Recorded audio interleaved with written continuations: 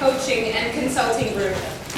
She uses her 20 years of change management experience to help her clients build their businesses and increase profits, focusing on 3 key areas: enhancing leadership effectiveness, building team cohesion, and improving processes.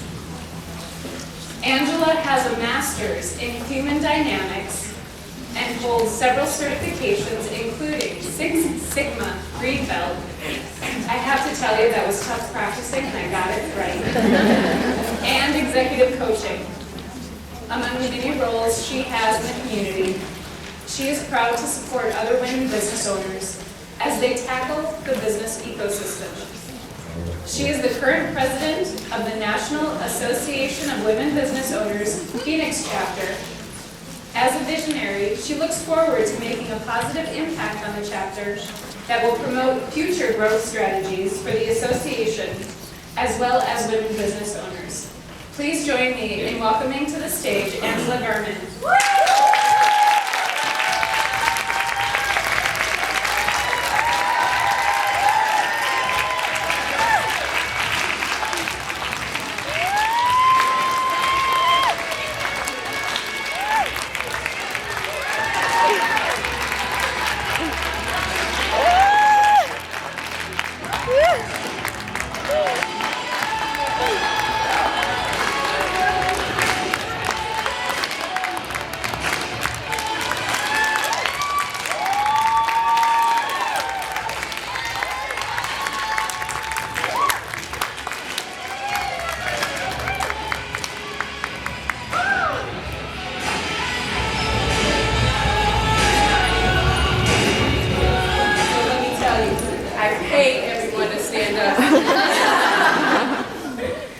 It's such an honor to be here.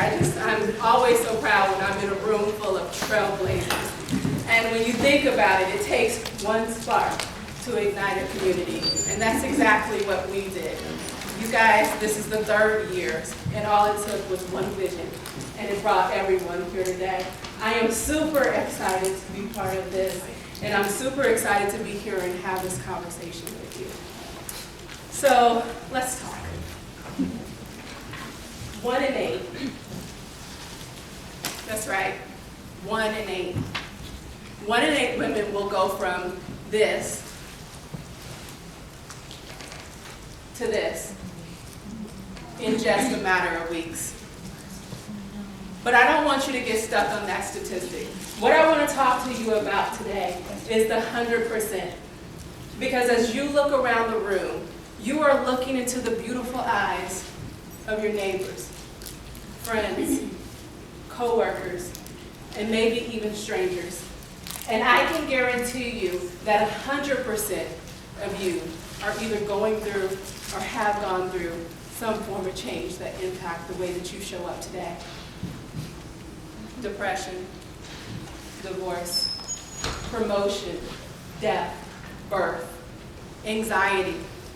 You fill in your own situation. You know what it is. And sometimes when change comes at us, change can come all of a sudden, and it seems like it comes in a flood. So what happens to you when life happens? Do you have the courage it takes to keep moving forward? And if you answered no, or if maybe you're sitting at the edge of your seat and you're saying, Angela, I don't know if I have what it takes, then this message is for you. And if you answered yes, can I please ask you to be courageous enough to stand with the woman that's sitting beside you today?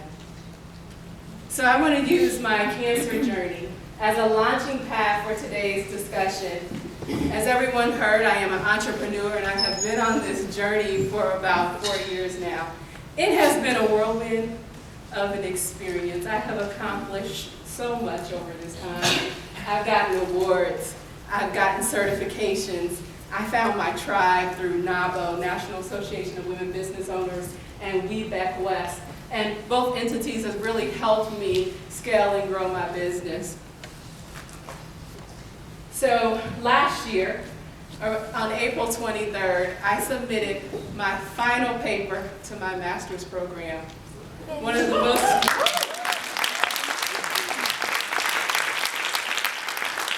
And I remember that day very well because on April 23rd, it was also the day that I would facilitate my last membership event through NABO.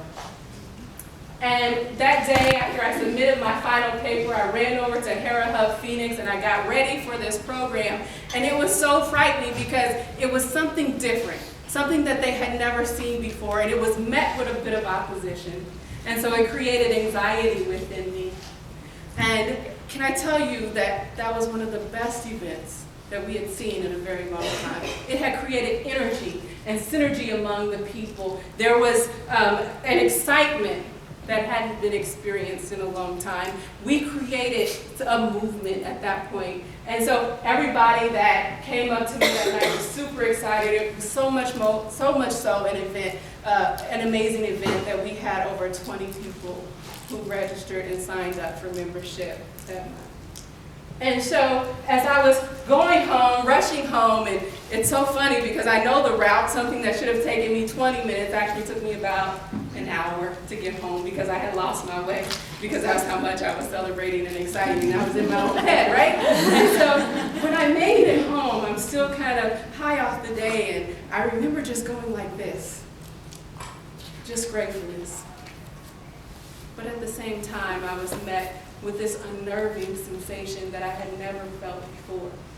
And I began to examine myself, and I thought, well, no, maybe I'm just tripping, maybe it's nothing. But I thought I felt something.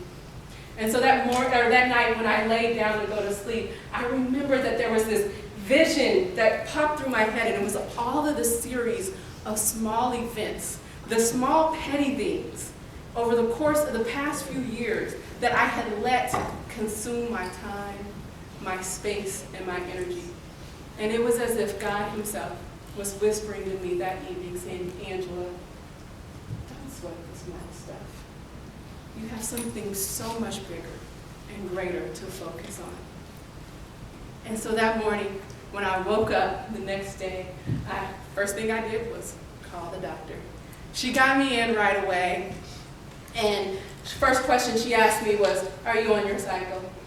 Yes. She said, she did the exam, and she said, I don't feel anything. You're 40 years old. You can probably go another year or two. It's my professional experience that it's nothing, but the choice is yours. You go ahead, I can write you a script. So I said, please write me a script. And you know what was interesting is for 24 hours, I contemplated whether or not I should go get the mammogram. But it was that unsettling feeling that was within me that told me to go do it. And so I went on, I got the mammogram, and in a matter of minutes they said, yes, there's a lump. And then I went on and got an ultrasound.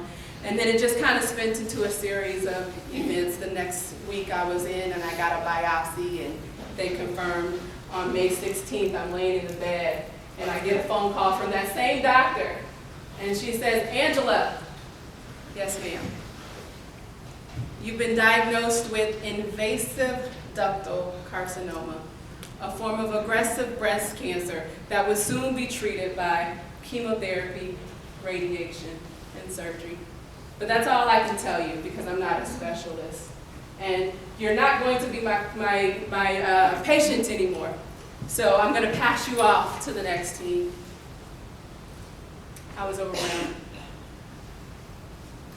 I was confused. And I remember the first thought that went through my mind was, what about my daughter?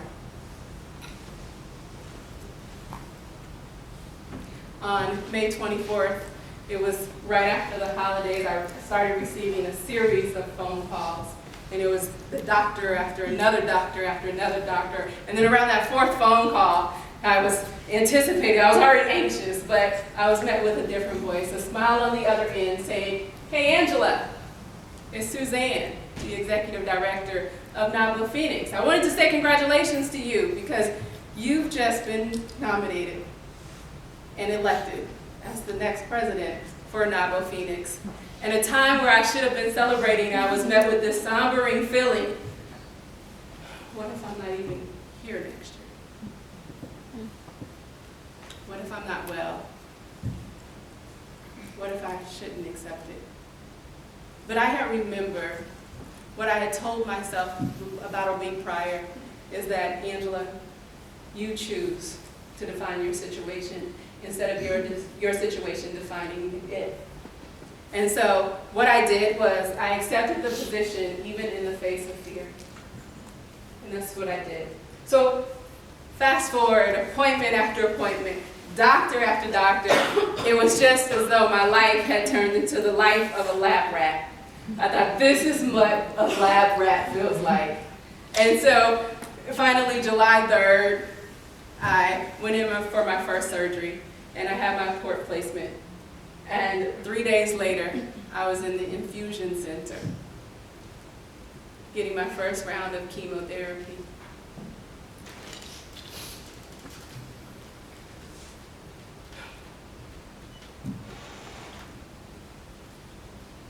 Over that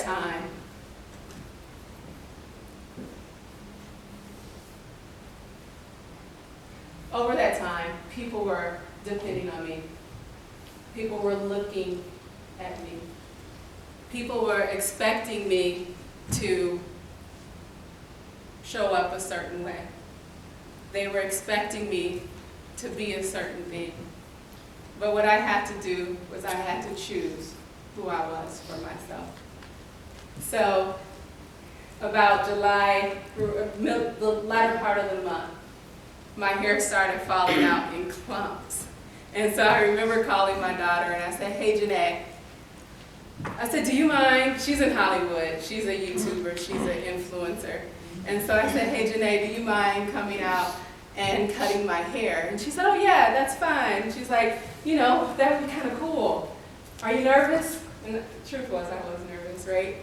And so my birthday was August 10th, and the family had decided to have a birthday party for me. And so all of my closest friends and all of my family flew out to support me. And it was one of the sweetest moments. Janae asked me prior to, she said, Mom, do you mind if I videotape this for my YouTube channel so that I can help create awareness around breast cancer? And I said, no. If you guys ever want to see it, you can go onto my website, my blog, or either her YouTube channel.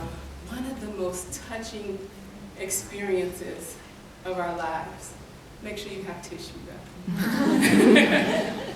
And so at the end of the film, you'll hear her say, oh my gosh, you look like a Wakanda warrior.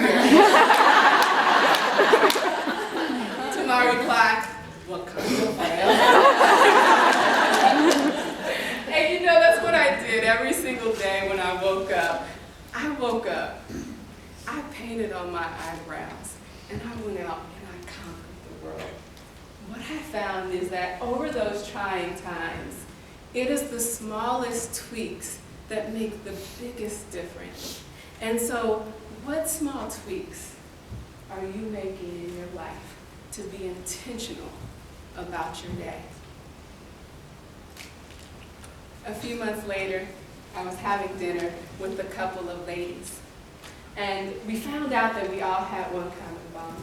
And we had all had cancer within the last 5 years. And one of the ladies had asked me, how was treatment going? And, you know, it's great. I mean, what do you really say, right? And so we're sitting there at dinner and we're having this conversation. And over this time when we're having this conversation, we identified 3 personalities that are sitting at the table. We're going to call them Connie, the controller, Vicky, the victim, and Angela, the adapter.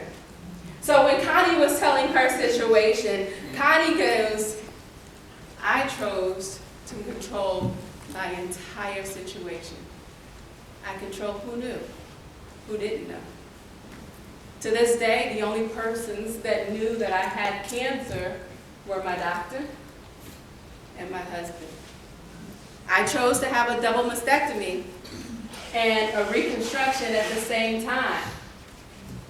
I took vacation, so no one knew what I was going through because I did not want that negative stigma attached to my name.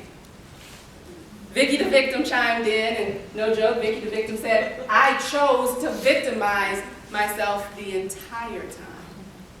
I just wanted someone to understand what I was going through, and there was nobody that could relate to what it is that I was going through. And so I told everyone that I knew, anybody who would listen, anybody who would console me. And in fact, I still feel like I'm a victim. I don't know why it happened to me. And quite honest, I feel bad for anybody that would get it. Angela, the doctor, chimed in and she said, you know what? I chose to define my situation instead of my situation defining me.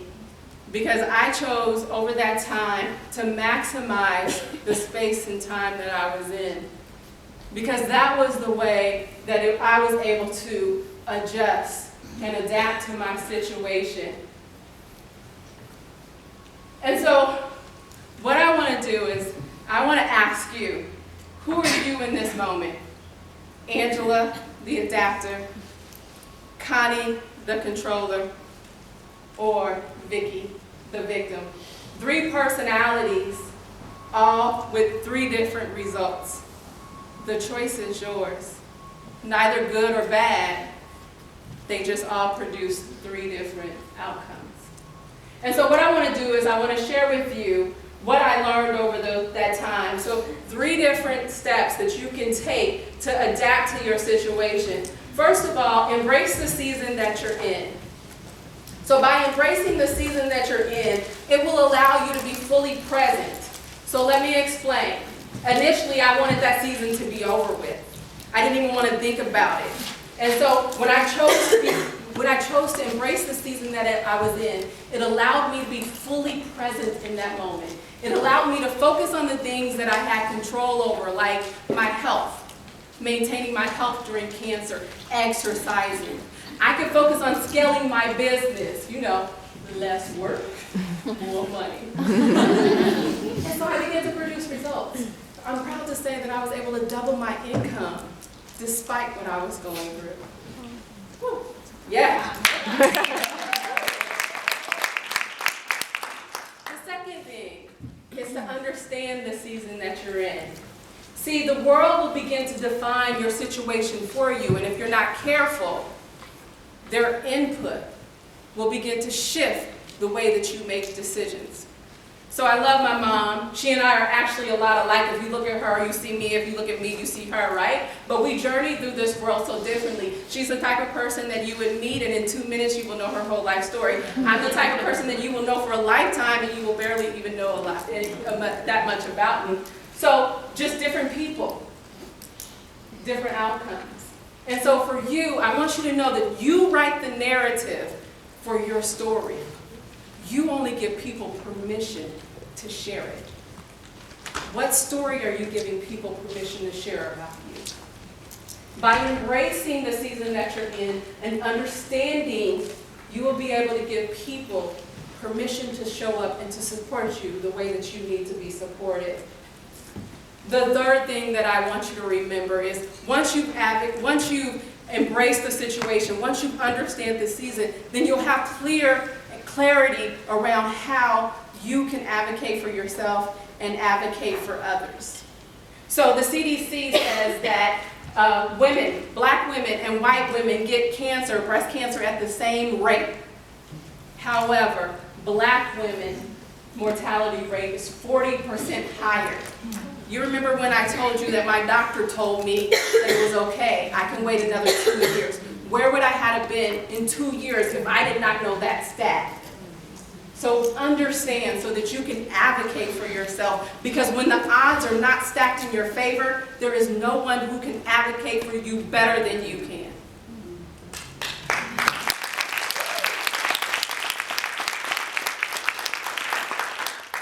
So I share with you that my daughter is an influencer. And the truth is, we are all influencers. We are all trailblazers in our community. And when you're going through a season of change, When people are looking at you, when they know that you're okay, it gives them permission to be okay too. So here's the thing. You might be 1 in 8, but I can guarantee you that 100% of the people surrounding you are going through their own life-altering experiences. So be that trailblazer. Be that fire for that woman that's standing beside you. Thank you, everyone.